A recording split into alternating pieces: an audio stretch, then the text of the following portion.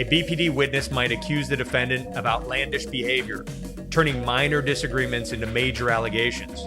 For example, a BPD person may start an argument with their spouse, falsely accuse them of something, escalate it, physically assault their spouse, and then call 911 and report their spouse and claim they were the one who was abused, when that in fact did not happen. I've seen that happen quite a few times. Hey, reaction video. The reason why I decided to react to these videos here, or to this, is because I saw two videos in a row posted by, one was from a lawyer, the other one, I believe this guy Chase Hughes is a operative who has insight into, like, we'll say dishonesty, treachery, psyops, that sort of thing. He seems to have some kind of insider access to this stuff, or at least from prior experience, and so his willingness to come on authentically after the fact to kind of drive home these points, I appreciate very much, and I think he lays it out very clearly. What if you could flip a hidden off switch and instantly shut down any narcissist control? They've hacked your emotions, but today you take back the power. So here's some practical application tips here.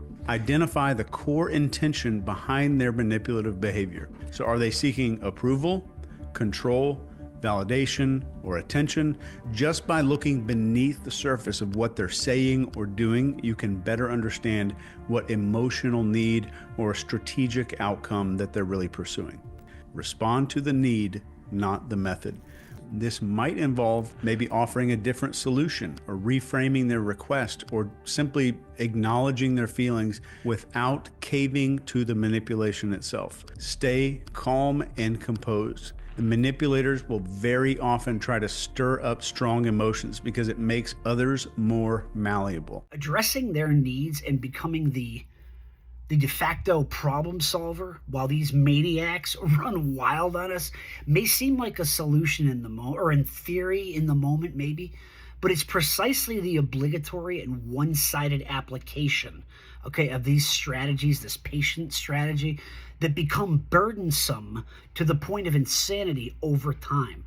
Why should it be our responsibility, okay, to stop what we're doing in order to accommodate and then launder their behavior into something less despicable?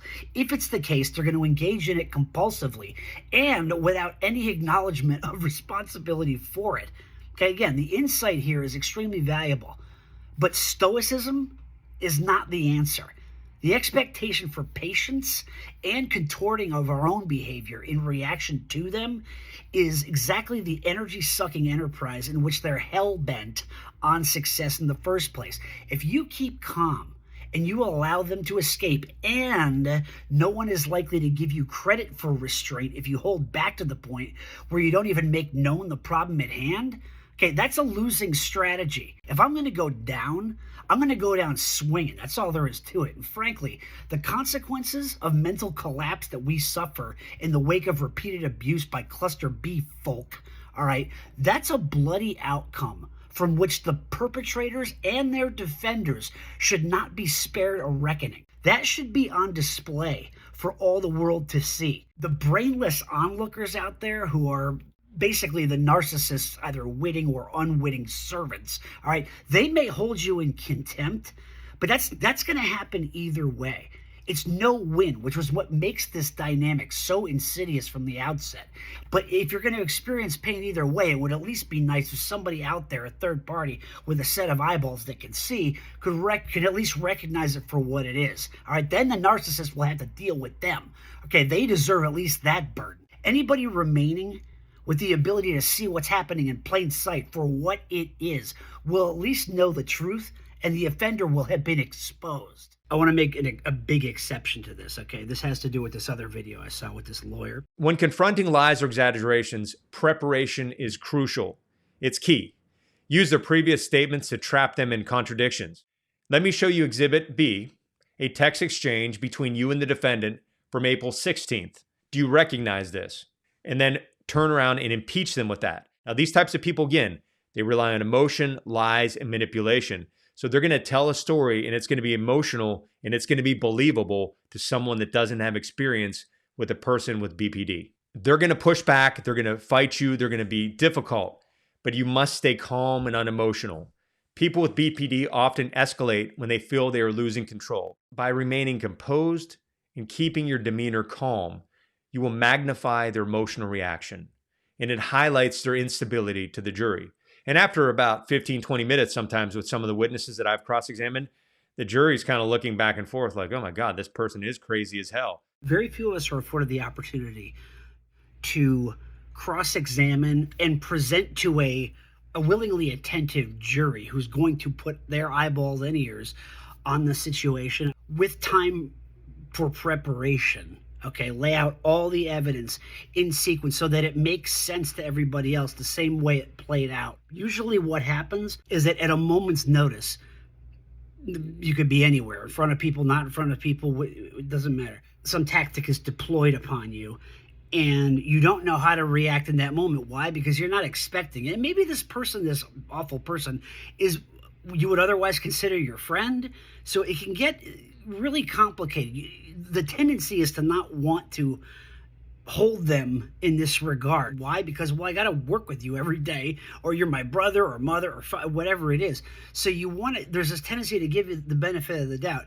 And so when you're caught off guard and it's unexpected, you're just like, ugh. I don't think it's reasonable to expect that the person who's going to be the target of this behavior, this abuse, to remain calm or to remain focused, because you're not in a mindset where that would apply, right? I mean, if it's the case that you're just going to keep your defenses up like this at all times, okay, but that's no way to go through life. I mean, this is a problem that needs to be cut out at the root. So dealing with it that way doesn't make any sense unless you are in a courtroom or some sort of formal setting. Maybe it's like with your, with your HR lady or something and your boss, and they're sitting there and they're going to try to go into this whole routine. They sort of reach from that grab bag of tactics on behalf of the company, right, to hit you with in order to make you look a certain way. All right, well, in those cases, you'll probably want to remain calm. But if we're just talking on a momentary, day-to-day, you never know what's going to pop up kind of whack-a-mole basis, it doesn't map onto that situation cleanly. So this shifts the conversation toward a more constructive dialogue without triggering further emotional escalation. It encourages reflection without confrontation. So just by using soft language and questions, you avoid directly challenging the person, which can make them defensive. It also reframes the conversation. So instead of getting caught up in the exaggeration, you focus on understanding the real issue behind the statement. I'm not so sure that once you're in this deep that you can have a constructive dialogue with this person, because it's only a power game with them. If it's the case we're already caught in this sinkhole of disentanglement, right? And reframe this and think about that and consider this while they're just going balls to the wall. I don't know if that's really possible at that point, but theoretically, I guess I would like to reach that outcome. Yeah. It encourages reflection without confrontation. So just by using soft language and questions, you avoid directly challenging the person. But the narcissist, do they reflect in that way? Are they, I know not every, but are they generally reflective enough where we're in this sort of instance, they're going to prioritize that? They're only going to keep coming, just in my experience. Instead of reacting emotionally to the extremes. It also maintains an emotional balance between the two. So there's a few tips for this. Use phrases like "it seems like" or "it sounds like" to soften your response. Like, "It seems like you're really frustrated right now. Can we talk about what's been happening lately?" Yeah, but they're still going to come and challenge you. Like, at some point, I guess this is just a contrast in views of this. Like, at some point, he wants to kind of finesse it to kind of, if it's them coming at you, he wants to make it so it's like, and kind of, it levels off. I want to make it so it's like, get out of here. You're in the way, because again, at the point at which I feel that way is only after so much of this, right? Maybe years of it. It also reframes the conversation. So instead of getting caught up in the exaggeration, you focus on understanding the real issue behind the statement. But if If I understand the real issue, but they're unaware of it, or even if I acknowledge it to them, they're going to deny it. Granted, I don't want to react emotionally to them, but at that point, you're having to contort yourself into almost acting. How does it follow from engagement in conversation with a narcissist that there's, as I said before, there's some burden for us to put on like this costume and going to like management mode? I have to play like 3 roles in this conversation while this person acts like a child? That's too much. What I'm hearing here from Chase is almost like there's this suit or protective heavy weather gear that you put on to deal with the narcissist, which you can then take off. But really, actually, funnily enough, it's more like like what Darth Vader has to wear. He's already scarred. He's already damaged because of having dealt with what he's dealt with. Okay, in our case, the narcissist. So he's scarred and he's already affected by it. In order to go on now, he can only exist in that suit, and he can only behave the way he does with his view, I guess, of the universe, and everybody whom he encounters by existing in that shell, in that protective mode. You can't do this. I feel the conflict within you. Let go of your hate. It is too late for me, son. It's not like you can say, all right, now I'm going to, go into management mode in conversation. Like, you are that thing. This is not a role you step into. And if you do, if you find that you're having to do that, say, every day, stepping into the role, I got to pause the real thing here, the real existence, and I got to go into this. Well, guess what? That's going to become your world. That's going to become what you are. Don't think that that's going to happen or play out without consequences, because, it will. When Chase here talks about compassion and remaining calm, I guess despite what I say, I guess you would want to start there. Because, why go to DEFCON 1 when you can manage things that may be DEFCON 4 or 3? Take us to DEFCON 3, get on the sack, tell them to flush the bombers. Sir. That is important to remember. I think my point here was more that the all-out counter-assault is something that they probably deserve. Okay, but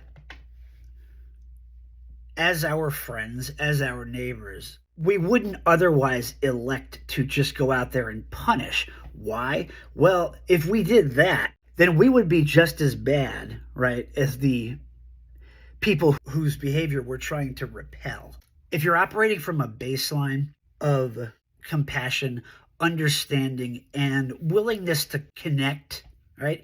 I guess empathy is the right word there. That word, I feel like that word's become corrupted now because the people who use it the most don't tend to even know what the hell it means or have the capacity for it. But if and where empathy is possible, and you do have the capacity to use it, use it.